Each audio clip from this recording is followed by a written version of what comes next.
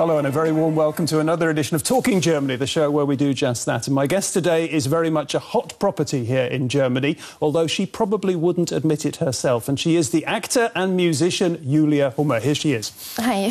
Hi. Thank you very much for joining us on Talking Germany today. Thank you for the invitation. It's a great pleasure. Now, Julia has starred in a whole series of very well-received German movies, and recently she made her international breakthrough in the Franco-German co-production Carlos. But sometimes Julia says she's not an actor at all, but purely a singer-songwriter. Fact is, she looks to have a big future in both music and movies, and I'm very sure we can look forward to talking to her.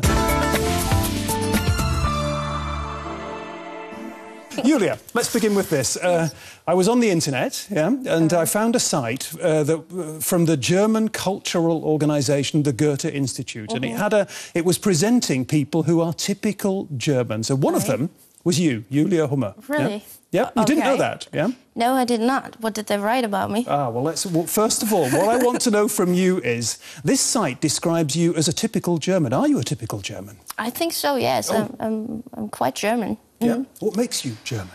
I love the woods. I love the autumn and winter. I love Christmas. I like to drink beer. I love this German melancholy. You say? Yeah. Fits with the autumn. Fits with the woods. Yeah, and I love. You say hiking when you like. Yeah. Oh, yeah. I think that's very German. You're ticking every box of Germanness. Fascinating. You wanted to know how they describe you on the site, yeah? The headline on the site is brilliant. Okay. I'm sure you're happy with that. Yeah. And unpredictable, autodidact. So they're saying you're self-taught. Are you unpredictable? Unpredictable. I completely forgot about what you told me about this word. Unpredictable is somebody... well, let's put it like this. Explain it again. Somebody who's unpredictable is somebody who doesn't do what you expect them to do. Yes, I am. I completely that describes am. You? Yes. You completely are? Yeah, in a positive way, I hope so. What makes you unpredictable? What makes you that kind of person? I think people say that because I changed after being very successful doing movies. Like, all of a sudden, I said, no, I don't want to do movies anymore, and started writing songs, and that's what they make say that. OK. So they tried to put you in a box, and you said to them, I'm not going in the box. Yes, that's exactly what happened.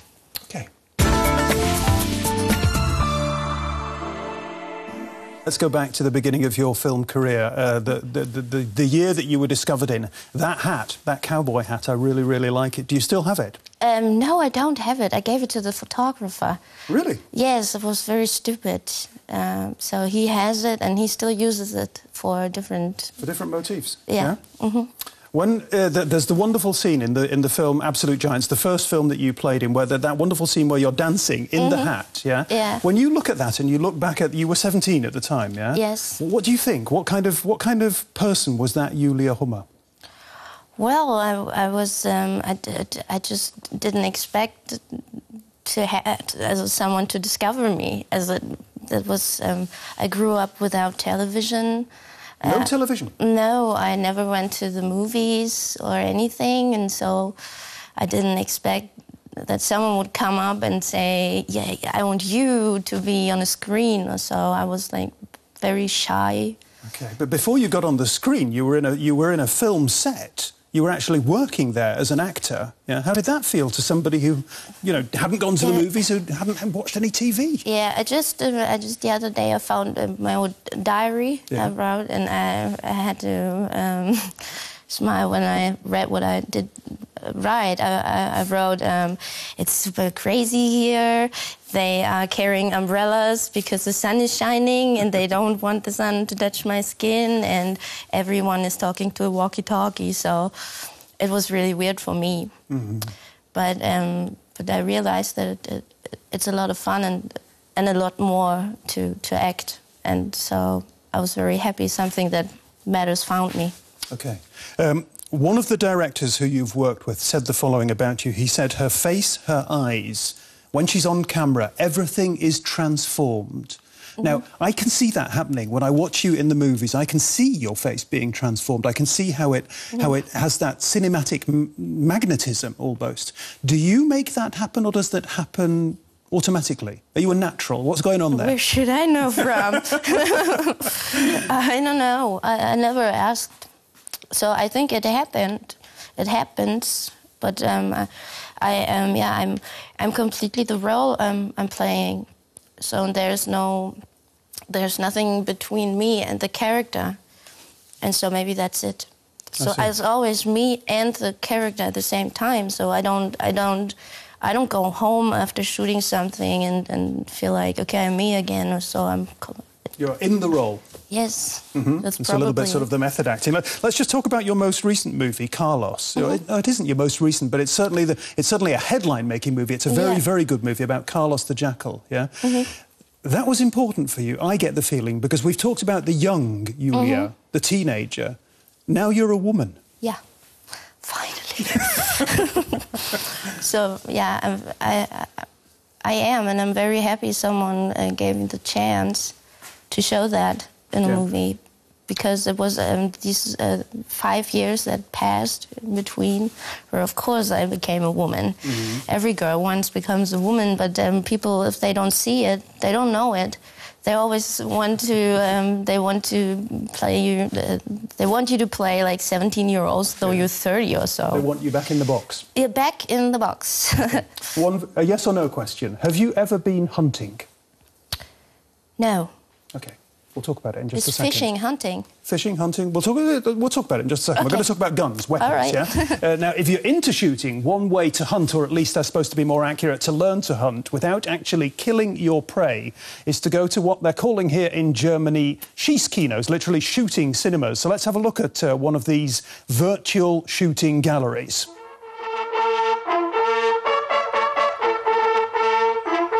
Elke Willenbockel is stalking game. Virtually, that is, in one of the most modern shooting galleries in Germany.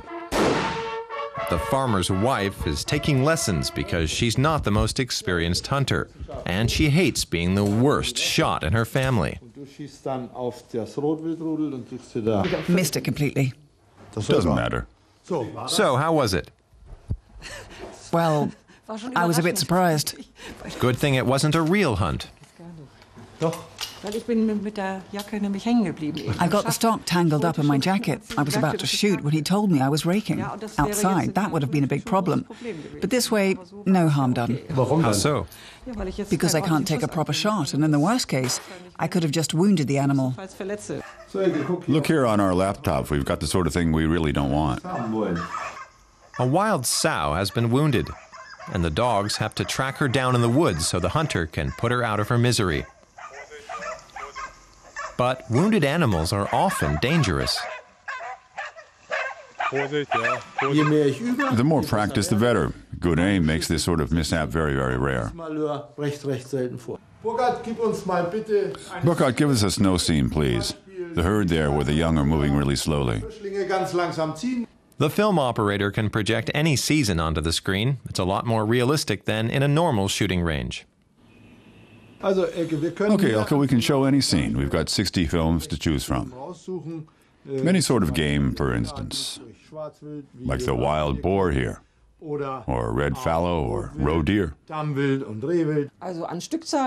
never seen so many animals in the wild as I have on film today. The next exercise is a bit more complicated. The sows are moving now. You know that when you shoot at a moving sow, you have to aim in front of it. Because if you actually aim at it, by the time the round gets there, it's moved on a bit. You understand? After the 8th shot, Elke is feeling a bit more confident about her shooting. I'm pleased it worked. We'll keep practicing, so it'll get better every time. A better shot every time. Of course, a virtual hunt costs a bit more than a normal shooting gallery, but it's worth it because it's so realistic. The only thing missing is the thrill of the chase. And, of course, a haunch of venison to take home with you after a real hunt. Julia, I was asking you before that report if you had ever been hunting, and you said no. When I was a teenager, I used to go hunting and actually killed animals. Yeah? All right. Yeah, I don't know if I could do that now. When you watched that report, one thing, have you ever had a weapon, a gun, a rifle in your hands? Yes, I had training. I was coached before the movies. Yeah. Before, which movie was this? The Carlos movie? The Carlos movie, yeah. Using real weapons? Yes. What kind of a weapon? It was a water PPK. Okay. Yes. And how did that feel? Did that make you feel tough? Well, first of all, I was really scared. Yeah. And to be honest, it made me a little sad, too, because it was so violent and negative. But then I thought it was fun. After a while, yeah. I see. In Germany, people don't carry weapons at all. Yeah, it's actually quite difficult to get. Not anymore. Yeah, exactly. Well, the fact that Germany has this difficult past has meant that a lot of people these days in Germany are sort of are a little bit pacifist in their inclination. Are you a pacifist? Pacifist? Yeah, I think so. I like it if it's peaceful. Are you a political person? I don't know. I don't think so. No. I saw a video on the internet where you were saying you admire young people who go to demonstrations. I admire them. Yep. I said that's very topical because of all the stuff that's happening in Egypt and everywhere. All right. Okay. Yeah. I think it's great that someone does something about stuff. Great answer. Stuff, she said vaguely. Yeah. Excuse me, but yeah, I think it's important that someone does something. One reason I'm asking is because in Germany people have tended to look at you and think she's a little bit of a sort of a symbolic figure for her generation. Yeah. Are you? Your unpolitical generation that just hangs around staring into the internet, computer screens all the time. Great. No, I'm not like that, but I understand when people say, okay, she's like, how do you say that? And go on, give me a clue. She's the one. A figurehead, an icon. Genau, an icon. Yeah, genau. But I'm not really like most of the people, I think, because and so I don't know why they say that about me. Okay, we'll leave that one. Yeah, let me tell you. So I've mentioned it already. We've talked quite a lot about Julia's film-making career, acting career. She's also a musician. I've mentioned that. I read that you have written hundreds of songs. Yes, True? that's right. Yeah. Yeah. What are they about? I guess a lot of them are about love and relationships and happy relationships, sad relationships. Sad relationships. Who wants to listen to a song about a happy relationship? Yeah, well, here we go. This is the melancholia coming through. This is you in autumn. You know, in the middle of summer, people want to listen to a happy love song. Yeah, they should, but that's not the kind of That's not music what they're going to get from you. No, yeah? really. What are you writing about at the moment? I'm writing about I think love and about. So my record's gonna call it The Damned. The Damned. Yeah, it's about more about the maybe people that cannot love, but they cannot live love, like in a relationship, and yeah, that's. One thing caught my eye, Julia. I thought it was really interesting. At least one of your tracks, and I think more than one of your tracks, you've put it out there in vinyl, yeah, and it's got written on it, "Pressed in Nashville." Was it really pressed in Nashville? I think so. Was this? I can't remember which one, but it caught my eye. Yeah. Yeah. It was pressed in Nashville. Yeah. Have you been to Nashville? No, not yet. But I want to go there. You want to go? Yeah, someday. Are you into the country thing? It's very fashionable these days, sort of post-country, neo-country. Yeah, well, it's like this. I started making music. I taught myself how to play guitar, and so I listened to a lot of stuff like early Bob Dylan stuff and old American folk music to learn myself. And yeah, this is how I fell in love with that music. So I think you can say this very old singer-songwriter stuff is like my home in music, and so I want to go to Nashville someday. It's a cool place, yeah. Okay, we're going to talk now about vinyl records, and it may be my age, and it probably is, but I still have a couple of hundred good old vinyl LPs cluttering up my apartment. And yes, before you ask, I do listen to them regularly. Why vinyl? Because I think, you know, it honors the art more. How? It's you know, it's a better format. You know, the artwork, for example. Where's the artwork? It's like MP3, okay, but how does it look like? Yeah. And then it's like it's a haptical thing. You say that. Yeah. And it's like a ritual. You take out the record, you put it on the player. Yeah. You know, you hear nothing, and then you hear. And then the music starts. It's a huge difference. It's a different sound. It's. Yeah. But you have to stand up. You have to get up every 20 minutes and turn the record over. Yeah, well, because you honor the artist, and you don't listen to it when you're in the S-Bahn or the U-Bahn or on the plane. It's interesting that you have this fascination with vinyl, because you didn't grow up with vinyl. You grew up with when you were a teenager, everybody was buying CDs. Yeah, that's right. Yeah, but I don't know. It's just that, like this piece of art. I think it's a piece of art. Like every record. And how many vinyl records have you got? Not as many as you have, I guess. I don't know. I think maybe I must have about 200 or something, 250 somewhere. You know. Yeah, but I get them yeah, out. Like that. Yeah, same kind of thing. Yeah. And you're into the 80s. You said I'm into the 80s. Yes, because I said this earlier when I was looking at the way that Julia was dressed. It looks a little bit sort of Dexy's Midnight Runners, New Romantic, something like this, yeah? Yeah, it just happened, sorry. Yeah?